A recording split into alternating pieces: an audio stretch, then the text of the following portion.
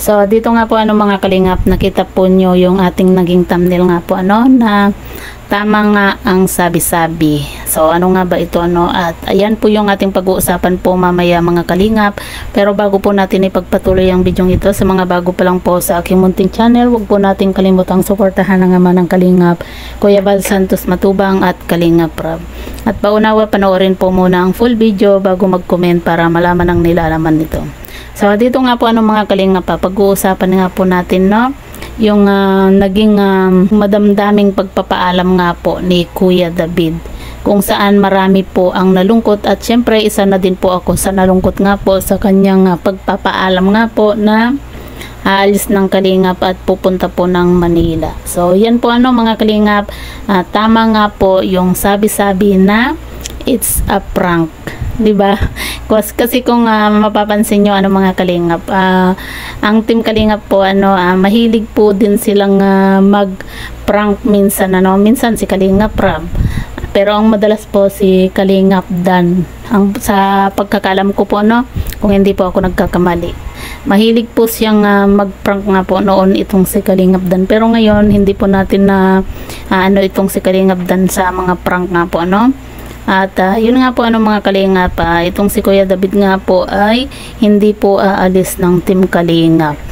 Umaga pumunta lang po siya ng Manila dahil nga po meron po siyang asikasuhin doon At yun nga po kumbaga marami po yung nalungkot din po at talagang nanghihinayang nga po nung time na yun dahil nga po syempre, di ba, isang Kuya David yung aalis na sa tinagal-tagal na po ng taon na magkakasama po sila, tapos bigla po siyang magpapaalam. Syempre kahit sino naman po malulungkot po talaga. Kaya naman po pala wala pong sinasabi nga po itong si Kalingap Rab patungkol nga po sa video na yun ni Kuya David, kasi nga po hindi naman po siya talaga aalis po sa Kalingap.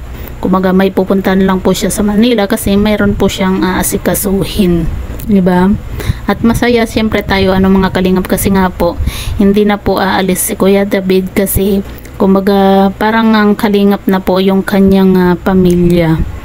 At since tinagal-tagal na din po nilang magkakasama nga po na magkakaibigan, talagang manghihinayang din po kung sakasakali man po na talagang aalis nga po itong si Kuya David nga po Pero yun nga po mga kalingap, masaya tayo na hindi nga po talaga aalis itong si Kuya David, at hindi niya po kayang iwan si Kalingap Rab nga po Talagang na-prank din po tayo, kasi ang dami pong nalungkot, at isa na rin po ako dun sa biglaang pagpapaalam nga po ni Kuya David nga po nung nakaraang araw nga po. At talagang sinisisi pa itong si Joy dahil nga po sa pagpapaalam na yun ni Kuya David. Nakakapanghinayang din naman po kasi mga kalingap, kung talagang aalis nga po itong si Kuya David, kasi isa din po siya sa naging kuya-kuyahan nga po ng mga Kalingap Angels, at malapit din po yung mga Kalingap Angels dito kay Kuya David kumaga isa rin po si Kuya David nga po na pinagkakatiwalaan nga po ni Kalingap Rab, at syempre siya rin po yung naging cameraman nga po sa lahat po ng mga vlog ni Kalingap Rab. Magaling din po cameraman nga po itong si Kuya David, kaya talaga manghihinayang ka po talaga kapag talagang umalis po itong si Kuya David nga po sa Kalingap, diba? Kasi nga po, diba, napakabait din po itong si Kuya David, at saka friendly nga po, diba? So yan po mga kalingap, ano po yung masasabi nyo sa video ito, i-comment nyo lang po sa ibaba at babasahin po natin isa-isa.